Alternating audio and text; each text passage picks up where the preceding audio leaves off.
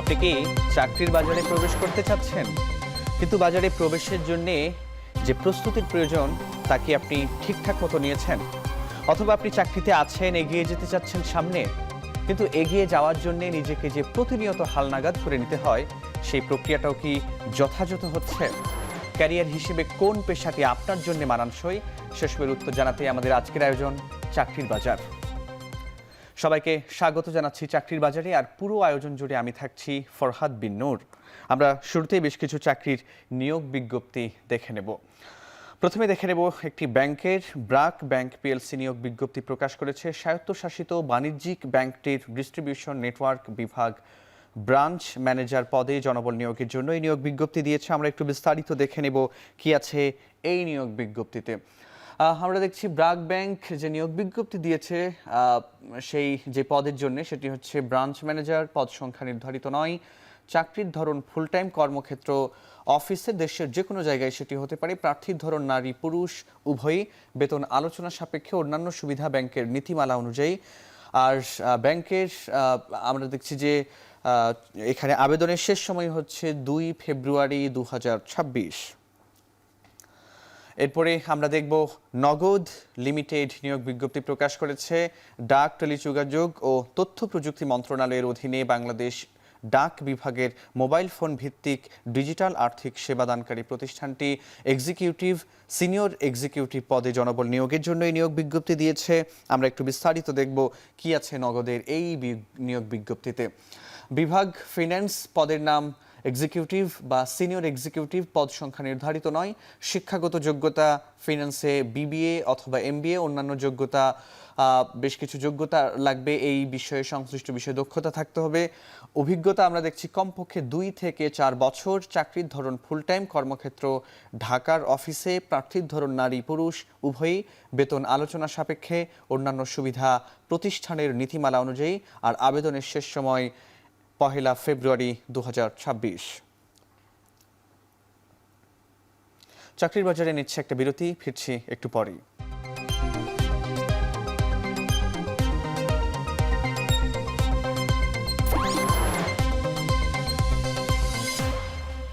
বিরতির পর ফিরে এলাম। আপনারা দেখছেন চাকরির বাজার।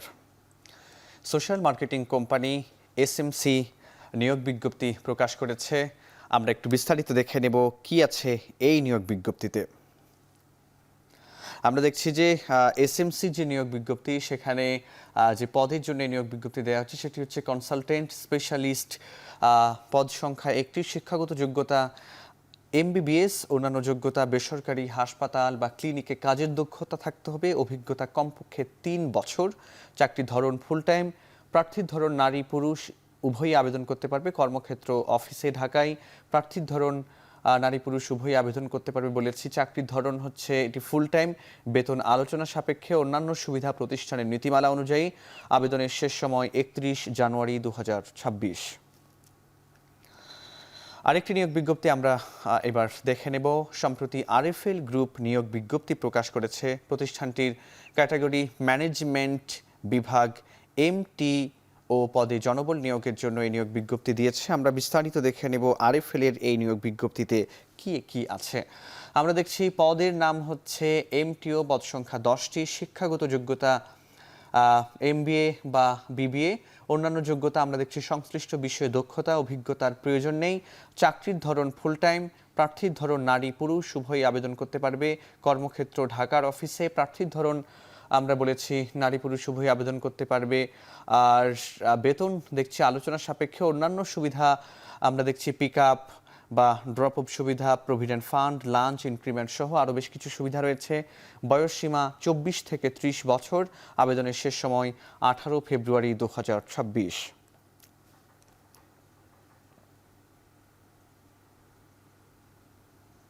দর্শক, চাকরির বাজারে নিচ্ছে আরেকটা বিরতি, ফিরছি একটু পরেই।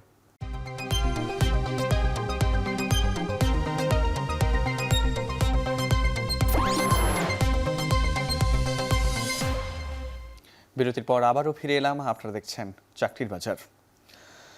দর্শক, চাকরির বাজারে প্রতি পর্বে আমাদের সাথে নিয়মিতই একজন অতিথি উপস্থিত থাকেন, যার মাধ্যমে চাকরি প্রার্থীরা বিভিন্ন টিপস পেয়ে থাকেন। আজ আমাদের সাথে আছেন ইউনিমেড হেলথ ফার্মাসিউটিক্যালসের উপমহাব্যবস্থাপক ফার্মাসিস্ট ডক্টর মোহাম্মদ আবু জাফর সাদেক। কথা বলবো তার সঙ্গে।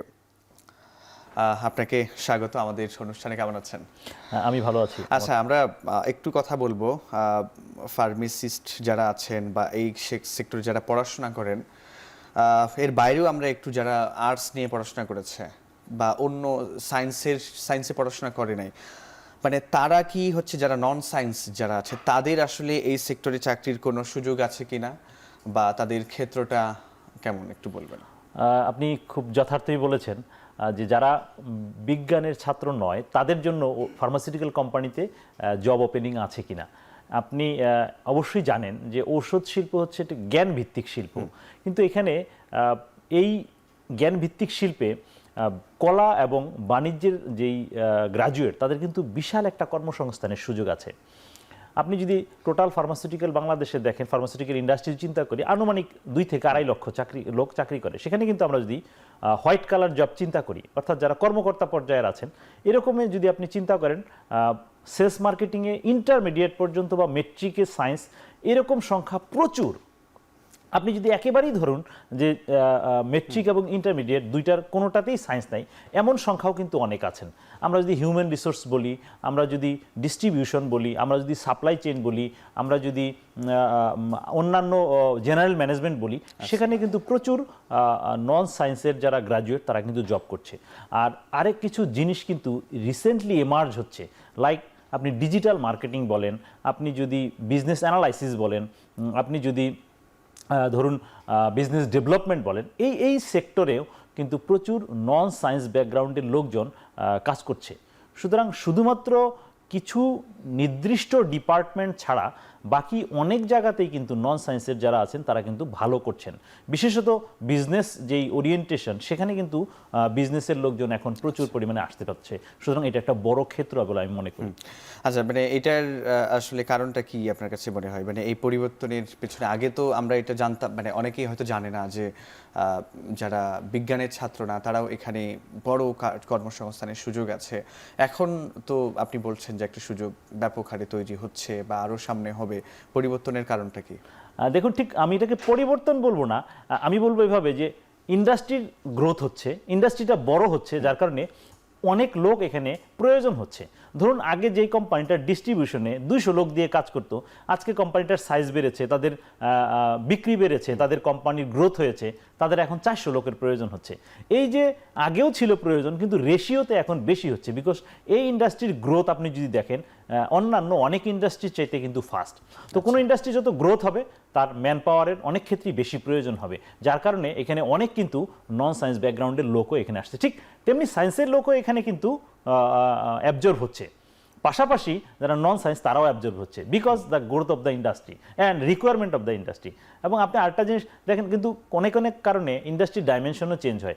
কোভিড পরবর্তী সময়ে অনেক কোম্পানি কিন্তু এখন ডিজিটাল মার্কেটিং প্র্যাকটিস বা মার্কেট সার্ভে, মার্কেট অ্যানালাইসিস, এই জিনিসগুলোতে আরও বেশি জোর দিয়েছে, যার কারণে হয়েছে কি একেবারে বিজনেস মাইন্ডেড অনেক পিপল কিন্তু এখানে আসার প্রয়োজন পড়ছে। আগে হয়তোবা যেটা ছিল, এখন এটা আরো বেশি প্রয়োজন হয়ে দেখা দিয়েছে, যার কারণে সবাই এখানে আসতে হচ্ছে। আচ্ছা, আমরা যদি আরেকটা বিষয় বলি যে সেলস, মার্কেটিং, সাপ্লাই চেইন বা কর্পোরেট ম্যানেজমেন্টে যারা বিজ্ঞানের ছাত্র না বা যারা নন সায়েন্স গ্রাজুয়েট, মানে তাদের আসলে কিভাবে এই সেক্টরগুলোতে কিভাবে উপযোগী তারা নিজেকে করে তুলতে পারে? আপনি যেটা বলেছেন যে একজন বিজ্ঞানের ছাত্র নয়, তিনি সেলস মার্কেটিংয়ে কাজ করতে পারবেন কিনা। আমরা যদি বড় কোম্পানিগুলো দেখি, সেখানে কিন্তু মেট্রিক বা ইন্টারমিডিয়েট পর্যন্ত সায়েন্স লাগে। আফটার দ্যাট আপনি সায়েন্স না হলেও সেলস মার্কেটিংয়ে কাজ করতে পারবেন। তবে সেক্ষেত্রে আপনাকে একটু পড়াশোনা ওরিয়েন্টেড হতে হবে। বেসিক্যালি আপনি যদি বায়োলজি সম্বন্ধে ভালো জানেন, কেমিস্ট্রি সম্বন্ধে ভালো জানেন, তাহলে আপনার জন্য ওই যে ফিল্ড সেটা এক্সপ্লোর করার সুবিধা হবে। কারণ আপনি একটা প্রফেশনে আসবেন, সেখানে সেই প্রফেশন মাইন্ডেড হতে হলে আপনাকে বেসিক বায়োলজির নলেজটা থাকতে হবে কিংবা বেসিক কেমিস্ট্রির নলেজটা থাকতে হবে। সেই দুটো থাকলেই কিন্তু আপনি এখানে ভালো করতে পারবেন। আর সফট স্কিল, এটা যেমন সায়েন্সের স্টুডেন্টের জন্য দরকার, তেমনি আর্টসের স্টুডেন্টের দরকার, তেমনি বিজনেসের স্টুডেন্টের দরকার। সফট স্কিল সবার জন্যই প্রয়োজন। আপনি যে সাবজেক্ট থেকেই এসে এখানে চাকরি করেন না কেন, আপনার বেসিক যে সফট স্কিল সেটা আপনাকে থাকতেই হবে। তো একটু জিনিস এখানে মনে করা প্রয়োজন যে আমাদের কিন্তু এখন যে বিজনেস গ্রাজুয়েটরা তারা কিন্তু নানান ধরনের উদ্ভাবনী চিন্তা নিয়ে আসতেছে। এই চিন্তাগুলান আজকে কোনো নির্দিষ্ট যে ব্যবসা সেখানে সীমাবদ্ধ থাকছে না। সেটা হেলথ কেয়ার ইন্ডাস্ট্রিতে হচ্ছে, সেটা এডুকেশন ইন্ডাস্ট্রিতেও হচ্ছে, যে কোনো জায়গায় হচ্ছে। যার কারণে আপনি যত বেশি ইনোভেটিভ হবেন, আপনি যত বেশি উদ্ভাবনী চিন্তা আপনার মাঝে থাকবে, আপনি তত বেশি এখানে মোর অ্যাডাপ্টেড হবেন। আরেকটা জিনিস অবশ্যই একাগ্রতার প্রয়োজন আছে। ওই পেশা সম্বন্ধে একটু ভালো করে জানতে হবে। সেই পেশার মধ্যে আপনি যদি সংশ্লিষ্ট যেই ইস্যুগুলো আছে, এগুলোর এখন অনেক কোর্স এবং কারিকুলাম বিভিন্ন বিশ্ববিদ্যালয়ে শর্ট কোর্স আছে, বা নিজে থেকেও সেগুলো করা সম্ভব। ডিপ্লোমা কোর্স আছে, আমরা সেগুলো করার মাধ্যমে নিজেকে ওই জায়গার জন্য উপযুক্ত করে তুলতে পারি। আপনারা নিশ্চয়ই জানেন যে অনেক ডিপ্লোমা প্রতিষ্ঠানও কিন্তু সরকারি পর্যায়ে এবং বেসরকারি পর্যায়ে আছে। আমরা সেখান থেকে একটা ট্রেড কোর্স করে আমরা কিন্তু সেটার সাথে মোর অ্যাকাস্টম হতে পারি। সুতরাং এই সুযোগটা কিন্তু এখনো রয়েছে বাংলাদেশে। এইটা আসলে মানে এই নন সায়েন্সের স্টুডেন্টদের জন্য এটা কতটা টেকসই আপনি মনে না, করেন? আমি মনে করি যারা একবার এখানে অ্যাডাপ্ট করতে পারে এবং সেই প্রফেশনের প্রতি তাদের ডেডিকেশন থাকে এবং সেই প্রফেশনকে যদি সে ধারণ করে পড়াশোনা করে, আমার মনে হয় না যে এখানে অনেক বেশি অস্বস্তিতে পড়বে সে। কারণ এটা এমন কোনো সায়েন্স না যেটা রোবোটিক্স, যেটা তাকে অনেক দূর পড়তে হবে। এখানে সে কিছু বেসিক সায়েন্স জানলেই হয়। সেই বেসিক সায়েন্স একটা যদি গ্রাজুয়েট, যে কোনো পর্যায়ের গ্রাজুয়েট, সে যদি একটু হালকা করে ওই সময় কিছুটা সময় দিয়ে পড়াশোনা করে বা একজনের কোচিং বা কাউন্সিলিং বা গাইডেন্সে থাকে, তার পক্ষে এটা করা সম্ভব। এটা অসম্ভব কিছু না এবং এটা লং টার্মে সাস্টেনেবল। আচ্ছা, আরেকটা বিষয় সেটা হচ্ছে যে আমরা তো এখন এতক্ষণ আমরা আলাপ করলাম যে যারা বিজ্ঞানের ছাত্র না, আমরা যদি একটা বিষয় বলি যে যারা ফার্মেসি নিয়ে পড়াশোনা করে বিভিন্ন পাবলিক প্রাইভেটে যারা উচ্চশিক্ষা নিচ্ছে, আপনি যদি একটু বলতেন যে সেখানে কতগুলো সিট আছে এবং প্রতি বছর কতজন গ্রাজুয়েট এই বিষয়ে বের হচ্ছে এবং সেই অনুযায়ী কর্মসংস্থানের ব্যবস্থাটা কতটুকু আছে? আপনি যেটা বলার চেষ্টা করছেন যে আমাদের কি জব ওপেনিং যা হচ্ছে, গ্রাজুয়েট যা তৈরি হচ্ছে, তার সঙ্গে সামঞ্জস্য আমরা অন এন এভারেজে দেখি যে বাংলাদেশে প্রায় ৩,০০০-এর মতো গ্রাজুয়েট প্রতি বছর প্রায় ৪৫টা বিশ্ববিদ্যালয় থেকে, সরকারি বেসরকারি মিলিয়ে ৪৫টা বিশ্ববিদ্যালয় ফার্মেসি গ্রাজুয়েট প্রডিউস করছে। তো প্রায় এই ৩,০০০ গ্রাজুয়েটের মধ্যে ১ থেকে ১,৫০০ গ্রাজুয়েট আমরা অ্যাকোমোডেট করতে পারি ইন্ডাস্ট্রিতে, বিভিন্ন ডিপার্টমেন্টে। আপনি যেমনটি একটু আগে বলেছিলেন যে নন সায়েন্সও যেমন সেলসে আজকে কাজ করতে আসছে, ফার্মাসিস্টকেও কিন্তু অনেককে আমরা এখন দেখছি যে এইখানে চলে আসছে। আর বিকজ তারা আর কনফাইন থাকতে পারছে না। আমি যদি বলি সায়েন্স ওরিয়েন্টেড বা ট্রুলি ফার্মেসি ওরিয়েন্টেড ডিপার্টমেন্ট কিন্তু হাতে গোনা কয়েকটা। আপনি যদি বলেন production, quality control, product development, product management, এই বেসিক ৪-৫টা ডিপার্টমেন্টেই কিন্তু ট্রুলি ফার্মাসিস্টরা ওয়ার্ক করছে। বাকি যেই ডিপার্টমেন্টগুলো সেগুলোকে মাল্টিডিসিপ্লিনারি লোকজন কিন্তু কাজ করছে। তো সুতরাং তাদেরকে এখন যেহেতু কনফাইন্ড যেই তাদের পছন্দনীয় বা তাদের বেশি লোভনীয় যেই চাকরিগুলান, সেগুলো অনেক ক্ষেত্রে সংকুচিত হয়ে আসছে, যার কারণে তারা এখন এই যেই ডিপার্টমেন্টগুলো যেখানে সবসময় ফার্মাসিস্ট অপরিহার্য নয়, সেখানেও কিন্তু তারা এখন কাজ করতে হচ্ছে। সুতরাং আমরা মনে করি যে তাহলে ওই ফার্মাসিস্টদের কী করণীয় উচিত? তাহলে প্রথম যেটা আমরা যদি উদ্যোক্তার একটা মনোভাব থাকে, তাহলে হবে কি যে আমি চাকরির জন্য একেবারেই হুমড়ি খেয়ে পড়বো না, আমি নিজে কিছু করার চেষ্টা করব। বাংলাদেশে একটা জায়গা কিন্তু এখনও মানে আমরা এক্সপ্লোর করতে পারিনি, সেটা হচ্ছে হসপিটাল ফার্মেসি বা কমিউনিটি ফার্মেসি। আপনি দেখেন বাংলাদেশে এতগুলান ফার্মেসি, সেখানে কিন্তু প্রতিটাতেই গ্রাজুয়েট ফার্মাসিস্ট নাই, কিন্তু থাকা উচিত।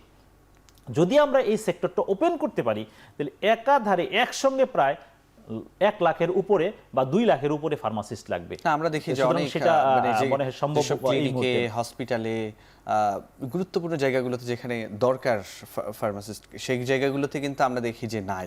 তার মানে সেখানে আপনি বলবেন যে পদ সৃষ্টি করা, কিন্তু অনেক ক্ষেত্রে দেখি যে পদ থাকলেও সেই জায়গাগুলো শূন্য থাকে। সেক্ষেত্রে আপনার পরামর্শ কি? দেখুন, আমরা যেটা জানলাম কিছুদিন আগে যে হসপিটাল ফার্মেসির একটা পদ সৃষ্টি করা হয়েছে, দেশের বড় বড় হসপিটালগুলোতে হসপিটাল ফার্মাসিস্ট নিয়োগ দেওয়া হবে। সেখানে সেই অনুসারে একটা সার্কুলারও আমরা দেখেছি, কিন্তু নিয়োগ প্রক্রিয়াটা বাংলাদেশে অনেক ধীরগতি সম্পন্ন, যার কারণে দীর্ঘ ২ বছর হয়ে গেল আমরা কিন্তু এখনো জানি না যে তারা নিয়োগ পেয়েছে কিনা। এত মানে সময়টা পেরিয়ে গেছে। তো সুতরাং আমরা যাই করি, নিয়োগ প্রক্রিয়াটা যদি আমরা দ্রুত করতে পারি, তাইলে কেবলমাত্র এটা হবে। কারণ এটা তো অলরেডি গভর্নমেন্ট হ্যাজ ডিসাইডেড যে আমরা এখানে হসপিটাল ফার্মাসিস্ট ডিপ্লয় করব। তো যদি আমরা সিদ্ধান্ত নিয়েই ফেলি, তাহলে উচিত দ্রুত নিয়োগ দেওয়া, তাতে দুইটা লাভ হবে, যে ইমিডিয়েটলি মানুষ সেবা পাবে এবং যারা এখন কর্মক্ষেত্রের বাইরে আছে তারাও কিন্তু কর্মক্ষেত্রে জয়েন করতে পারবে। সুতরাং সেটা একটা বড় দেশের অ্যাজ এ হোল স্বাস্থ্য ব্যবস্থার জন্য একটা বড় নিয়ামক হিসাবে কাজ করবে, বড় ফ্যাসিলিটেটিং ফ্যাক্টর হিসেবে ওকে, আপনাকে অশেষ ধন্যবাদ। নিশ্চয়ই এই পরামর্শগুলো কর্তৃপক্ষ মাথায় রাখবেন আমরা আশা করি, এবং যারা চাকরি প্রার্থী তারাও নিশ্চয়ই আমাদের আজকের আলোচনা থেকে উপকৃত হবেন। দর্শক, এতক্ষণ সাথে থাকার জন্য সবাইকে অসংখ্য ধন্যবাদ। দেখা হবে পরবর্তী সপ্তাহে। তবে আপনার কোম্পানির যে কোনো নিয়োগ বিজ্ঞপ্তি প্রচারের জন্য আমাদের সাথে যোগাযোগ করুন, এবং যারা চাকরির জন্য আবেদন করতে চাচ্ছেন তারা আমাদের ইমেইলে আপনার সিভি পাঠিয়ে রাখুন। আপনার কোম্পানি বা প্রতিষ্ঠানের নিয়োগ বিজ্ঞপ্তি এবং সিভি পাঠানোর ঠিকানা চাকরির বাজার @এখন.tv। শেষ করছি চাকরির বাজার। এখন টেলিভিশন ওয়েবসাইটে দেখতে ভিজিট করুন www.এখন.tv। এছাড়া ফেসবুকে দেখতে ভিজিট করুন facebook.com/tv.এখন, এবং ইউটিউবে দেখতে ভিজিট করুন youtube.com/c/এখন.tv।